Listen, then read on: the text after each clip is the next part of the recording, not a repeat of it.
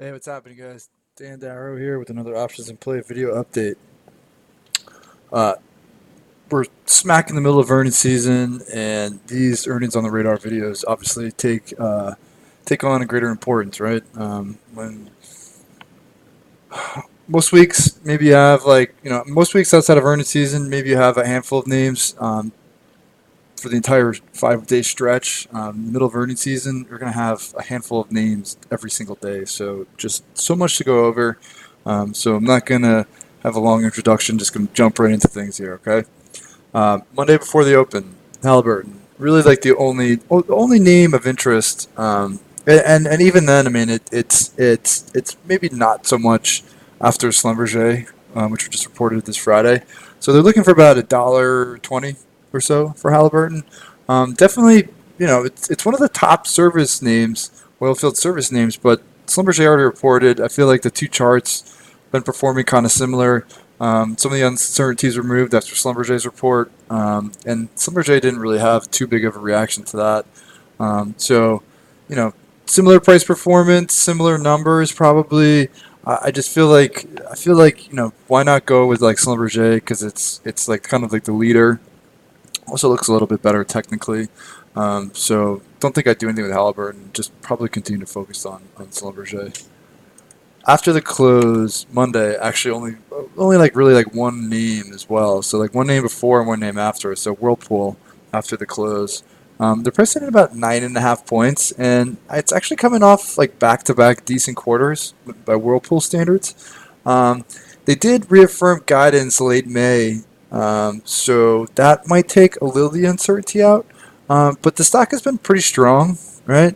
And it filled the gap finally from way back in this quarter last year. So it took a while, but it finally got there, closed the gap. Um, Interestingly, it's kind of in position for another gap, right? Up until like the mid 160s.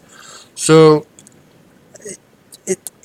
they reaffirmed guidance in May, but a lot could have changed in the month and a half between now and then. Um, 9.5 isn't too bad. There have been some, on occasion quarters, maybe like once every three or two out of every four maybe quarters where you see like a pretty sharp move on Whirlpool, like here and here, right? So 9.5, not too bad. I mean, it has on occasion moved more than that. So maybe speculative volatility trade. It's not my favorite stock. I haven't had a lot of success with it recently. So, I'm kind of on the fence with it, but definitely one of the more interesting ones on Monday. For the open Tuesday, a couple things. So Biogen, first off, pricing about 10 points. And really, I guess the only reason this is interesting is because it basically hasn't done anything for the last few months, right? Just a really tight range after getting just mauled in March on that Alzheimer's failure. And if the longer it stays sideways, the more likely the move is going to be pretty strong, or pretty elevated once it finally gets out of this consolidation. So it's priced in 10 points, which would put it basically A at the top of the consolidation or B at the bottom of the consolidation. So if it moves 10, it could trigger a breakout or breakdown, and maybe you get like a 15 or even like a 20-point move. So it's interesting in that perspective. I'd probably still lean bearish, just based off the overall performance and some bios so far. They've kind of beat and sold off. So but that definitely one of the more interesting ones too, just from like in the biotech land. Hasbro, this is kind of interesting setup. Also, 7.5 points is what's expected, which is basically about half only of what it moved last quarter, and it's kind of bumping up into.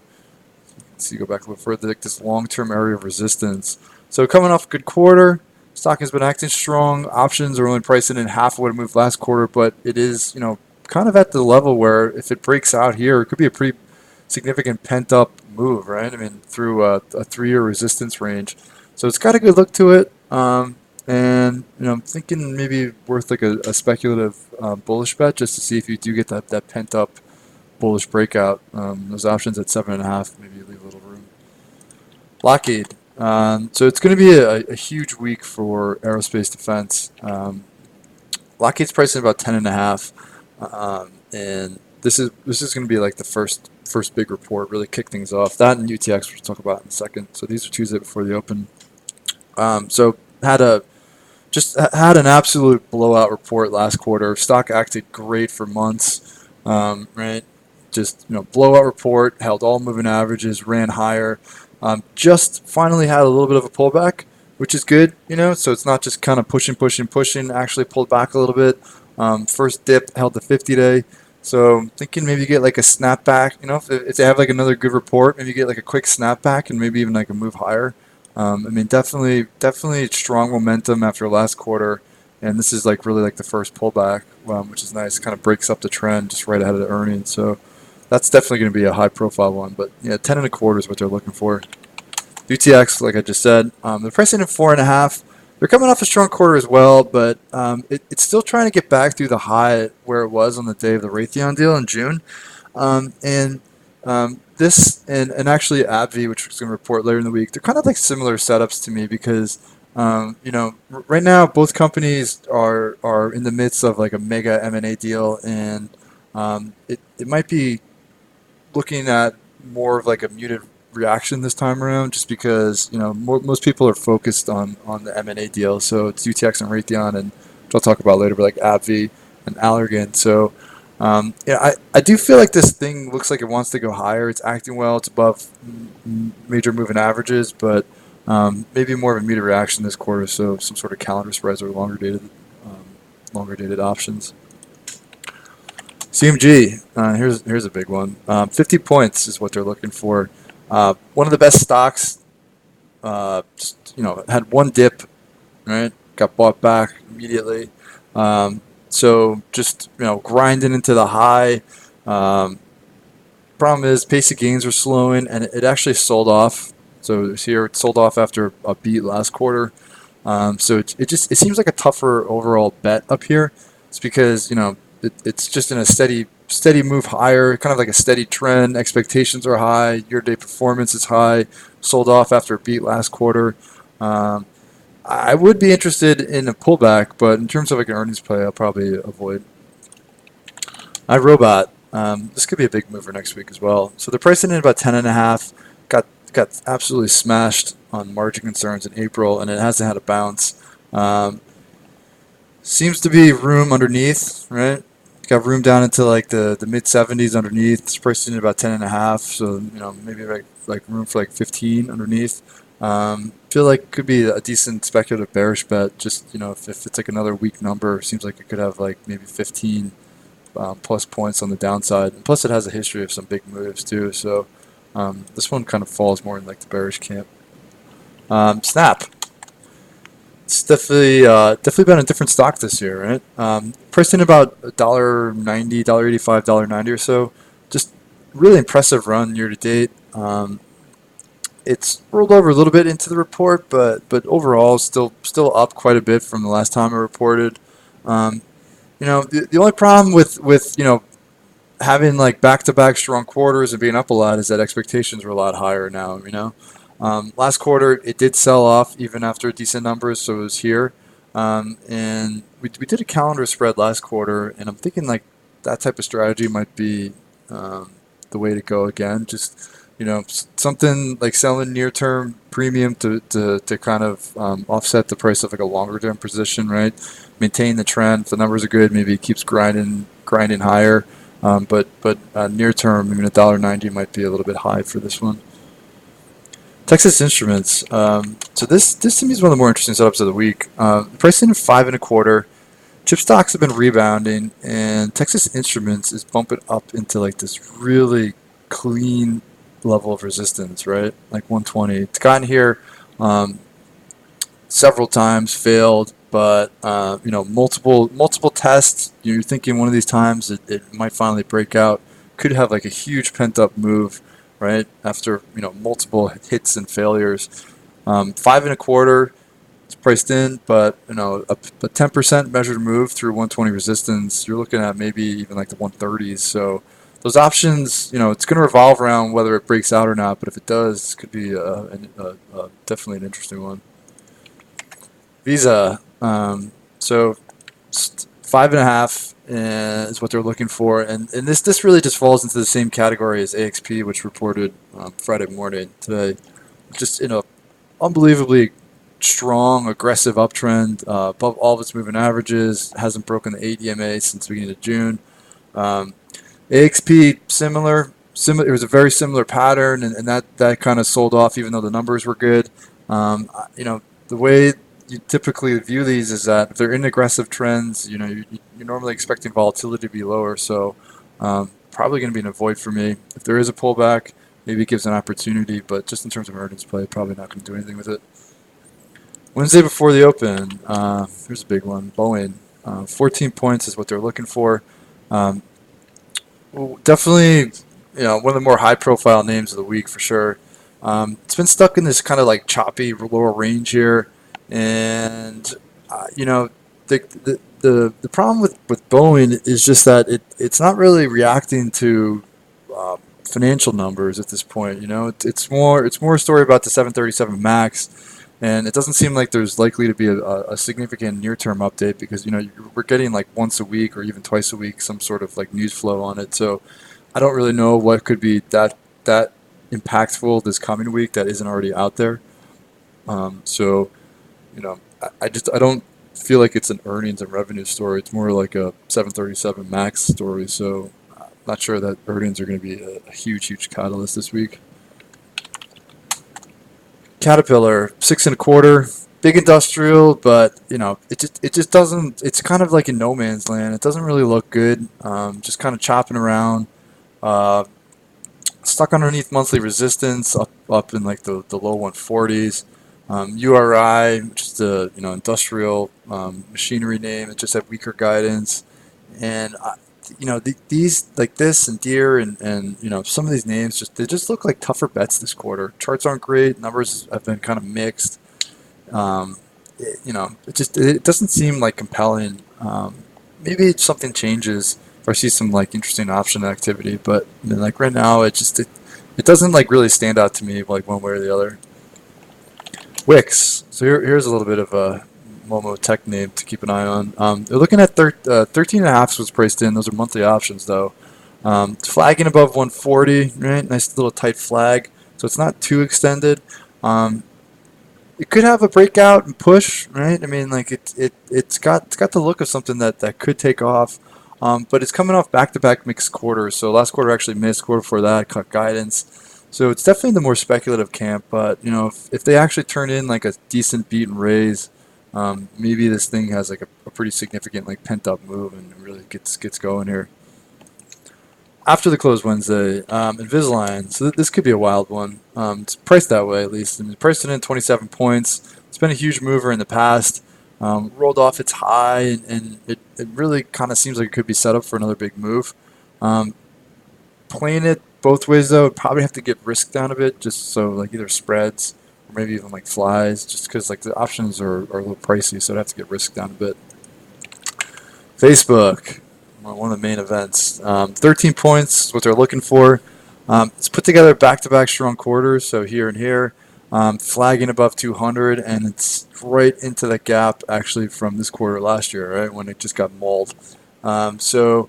FTC overhang has been removed. Coming off a couple good quarters in a row into a serious gap. Seems like leaning more bullish into this. So probably something targeting like another big push into this gap, or I mean, I guess if things really go well, maybe even like a closure of that gap. So some sort of bullish strategy. PayPal. Just the similarities for Visa are very obvious here, right? 6.5 points is what's expected, but same thing as Visa, AXP, just aggressive uptrend. I'm expecting a lower volatility print. If it pulls back, wonderful. Maybe give some opportunity, but just in terms of an earnings play, I just don't see anything. NOW, one of the cloud kings. So 21 points is what they're looking for. The problem is, again, just a very aggressive uptrend. Right off its high, expectations are high, options are high. Software gave a lot of opportunities last quarter if you waited, because a bunch of them sold off into like key moving averages. Gave an opportunity for a little dip buy. If it's not broke, don't fix it, right? So that's probably what I'll be watching for on NOW.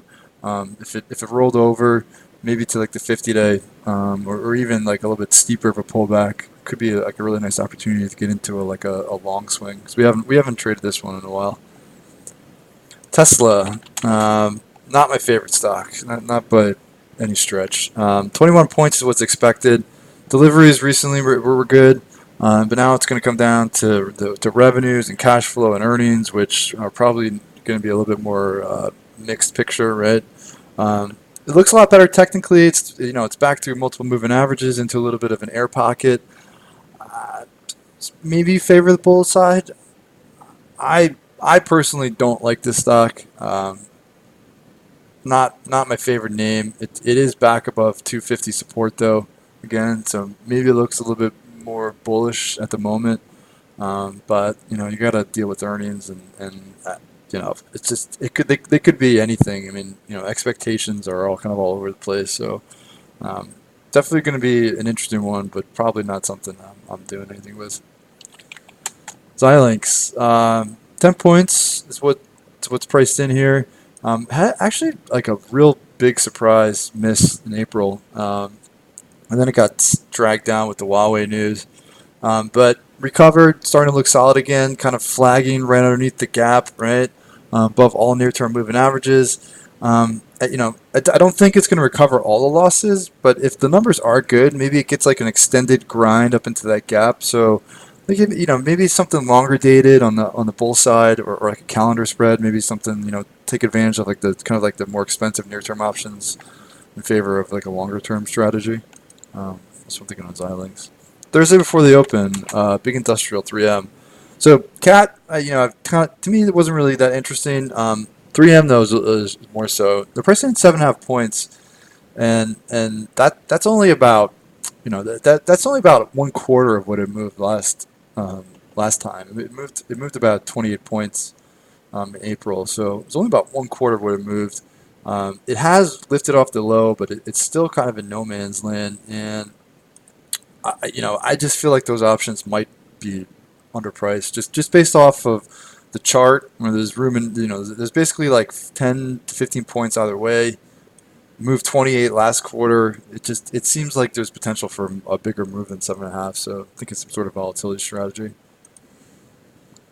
Yeah, that's kind of it for Thursday before the open. After the close, though, is going to be a big night. So Google, first off, big tech night for sure. So Google, 52 points is what they're looking for.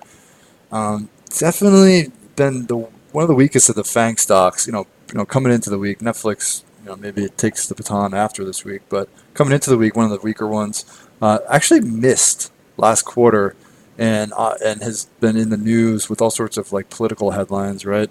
Um, this actually seems like it could fall into the camp like that Netflix, where it seems like there could be potential for a move much bigger than 52 points, but it would have to be like a clean beat, or maybe like a clean miss, because if it gets through 1200, there's a really obvious gap, and then if it's negative again, I mean, you could have at least like 70 points just to retest like the low from July, possibly even more down to like June if it's really bad.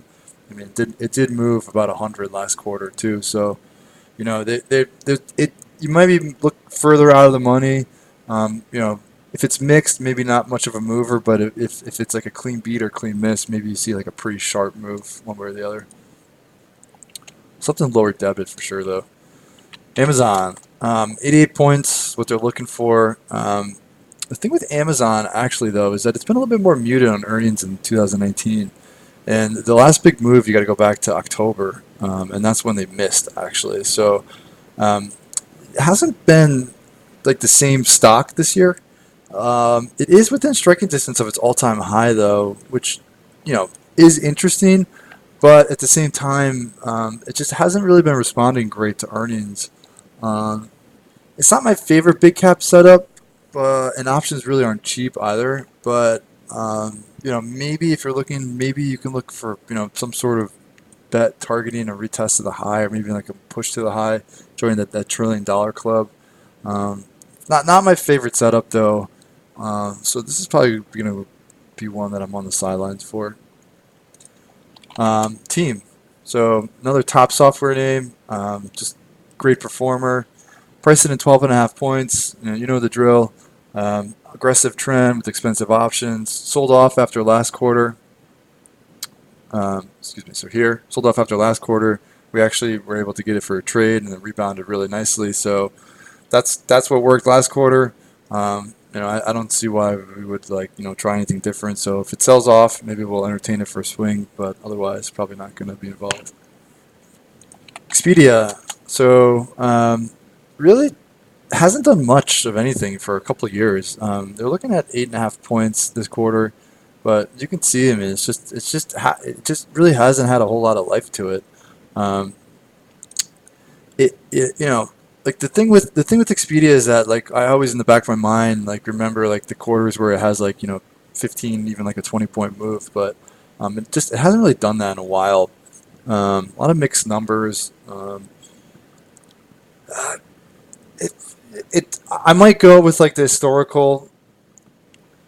historical action. Say maybe it's worth a small speculative out of the money shot just to see if it gets back in line with the 15, 20 point-ish moves. But it hasn't been the same name, and it really hasn't had a move like that in a while. So it's definitely more speculative for sure. I would love to see this name come back into play, just because it seems like this has just really been quiet for a long time. Intel. Okay, so this will be another one of the big reports of the week. So 2.5 points is what they're looking for. Got absolutely eviscerated last quarter, and then kept sinking. It has bounced back, and it's kind of hanging underneath the gap. But this is really going to be make or break, because back to back quarters. I mean, and this probably has a date with the low 40s again. Just based off the chart. I do think that more risk is to the downside, but I acknowledge that if it's good, I mean, maybe it makes a push into the gap. A lot of the chip stocks are rebounding, so people might be more willing to step in on this. But I do think that the risk is more skewed to the downside on this quarter, especially after the rebound off the low and as bad as last quarter was. Starbucks. Throw this in the camp with Chipotle, right? I mean, just unbelievable stock year to date. Just pushing right at its 52-week high. 375 what the options are expecting. I just can't envision a scenario where it seems like maybe if they miss, it could get hit for greater than that. But it seems like everybody's bullish, everybody's long. Expectations are super high. I just would need some sort of pullback. Probably not something I'm going to do. But definitely one that's going to be interesting, just based off the extremely steep slope of this move here. All right, and wrapping things up, Friday before the bell, AbbVie. So kind of like what I mentioned before, just had to deal with Allergan. They're pricing in 2.5 points this quarter, which is a little bit on the lower side, but I think the reason for that is because everybody's gonna be focused on the Allergan deal, and I just don't know if this quarter earnings and revenues are going to move the needle. Don't really know what to expect, and I do feel that the risk reward is more skewed to the upside, just based off the price action, the valuation. But I guess I just don't have the confidence that it's going to be a big mover, just because so many people are going to be focused on the Allergan deal that I just don't know if earnings and revenues are going to be that big of a catalyst this time. But something to keep an eye on for sure. McDonald's. Starbucks, Chipotle. The chart says it all. Just fantastic performance, right? It's 52-week high, above all moving averages. Priced in at 5.5 points, so options really aren't cheap. Sold off after last quarter, even after beating. So I'm looking for muted volatility on this one again. If it pulls back, maybe it gives an opportunity to go along a swing, but I don't see a trade opportunity into the report. All right, last but not least, Twitter. So 4 points is what's expected. This is an interesting setup. I mean, it had a really nice quarter in April, big pop, but it stalled before closing this gap, right? So coming to life over the last few weeks. It's got a little bit of buying interest. Maybe some people starting to get on board ahead of earnings. So coming off a good print, nice little bullish setup above some moving averages. If it's good, I'd probably be looking for like the gap fill because it didn't quite do it after the May report, and it's acting pretty strong. So if they can string together another good print, you're probably looking maybe like 42, 43 range. So the options are at 4, leaves a little room, but maybe to get risk down, you're looking at some sort of like call spreads or flies or something along that lines.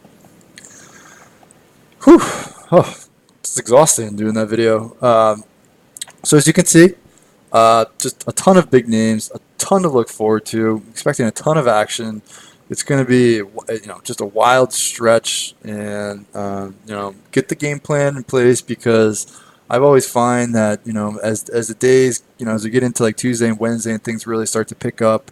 It can be kind of difficult to keep track of all these things if you don't really have a game plan ahead of time. So review the strategies, kind of like make like a note of what you're looking at, what you want to do, what contracts, because it really helps like kind of streamline things once you get into like the heat of the moment and like the days start to get down to the wire. All right, so have a fantastic weekend. Rest up, relax, and let's get ready for some action next week. All right, have a good one.